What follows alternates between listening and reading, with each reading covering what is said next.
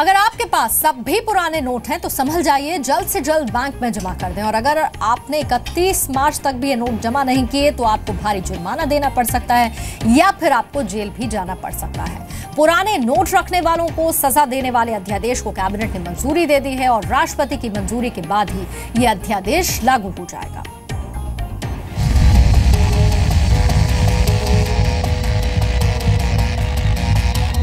कहने को नहीं कह रहा हूं दोस्तों, बड़े जिगर के साथ लड़ाई को छेड़ा है। वो घर से निकला है ना, वहां तक पूंछ पहुंचने वाली है।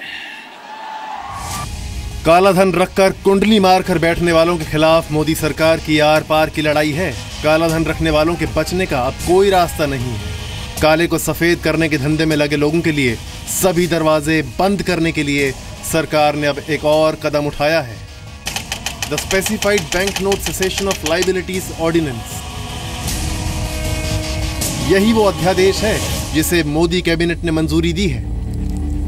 पुराने नोट रखने पर अब आपको जेल की हवा खानी पड़ सकती है। सरकार ने आरबीआई एक्ट में बदलाव वाले ऑर्डिनेंस को मंजूरी दे दी है। इसके तहत अगर आपके पास 31 मार्च के बाद 500 और 1000 रुपए के पुराने नोट पाए गए तो आपको 4 साल तक की सजा और 10,000 रुपए तक जुर्माना देना पड़ सकता है। फिलहाल 31 मार्च तक आरबीआई में 500 और 1000 रुपए के पुराने नोट जमा कराए जा सकते हैं। दरअसल नए ऑर्डिनेंस का मकसद आरबीआई की उस जिम्मेदारी को खत्म करना है जिसमें नोट पर लिखा गया है कि मैं धारक को उस नोट की वैल्यू अदा करने का वचन देता हूं।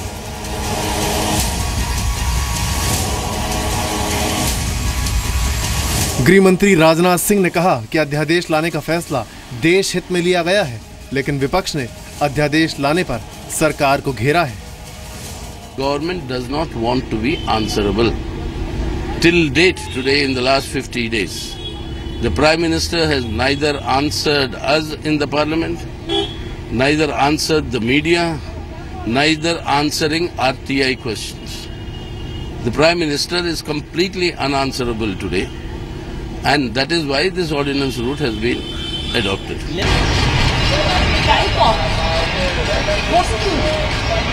The law, especially for the commoner, I think common people should not suffer. 30 दिसंबर के बाद 500 और 1000 के पुराने नोट जमा करने के लिए कठोर शर्तों को पूरा करना होगा।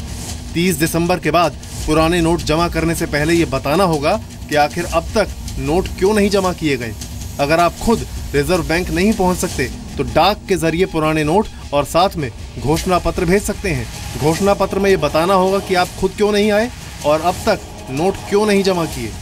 रिजर्व बैंक आपकी दलीलों से सहमत नहीं हुआ तो पुराने नोटों को नकारा भी जा सकता है। 1978 में मोरारजी देसाई की जनता पार्टी सरकार ने 1000, 5000 और 10,000 का नोट बंद करने के बाद सरकार की देनदारी को खत्म करने के लिए इसी तरह का अध्यादेश लाया गया था।